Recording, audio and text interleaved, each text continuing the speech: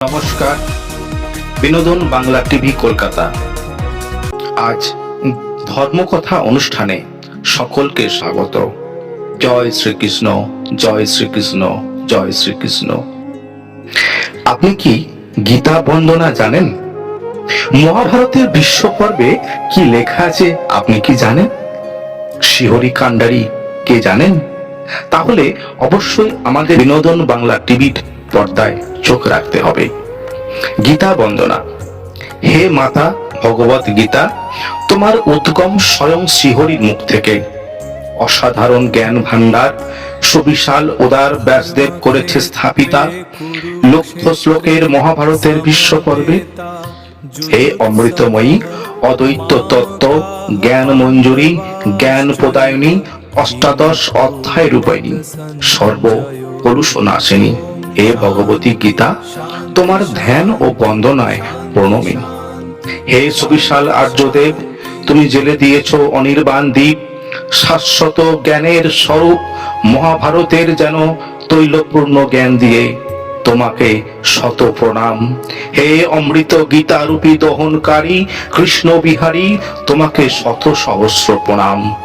বাম হাতে ধরেছ অশ্বের বলগা আর পাঁচনি, দক্ষিণ হস্তে অভয় মুদ্রা।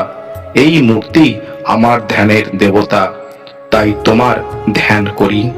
হে গোপনন্দন, তুমি উপনিষদ রূপ গাবি দহন করে বৎস পার্থর জন্য দুগ্ধ গীতারূপ আহরণ করেছ, তা সুদীগণ পান করছেন।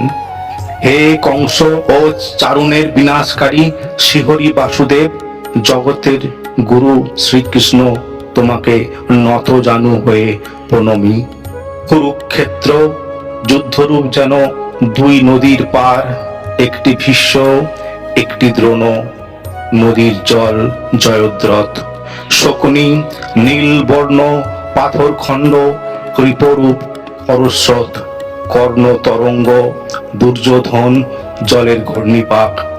তার মধ্যে হিংস্র জন্ম কুম্ভীরাদি শল্য অশ্বত্থমারা, সেই ভয়ঙ্কর রণনদী পাণ্ডবরা পার হতে পেরেছিলেন একমাত্র শ্রীহরি কাণ্ডারি ছিলেন বলে।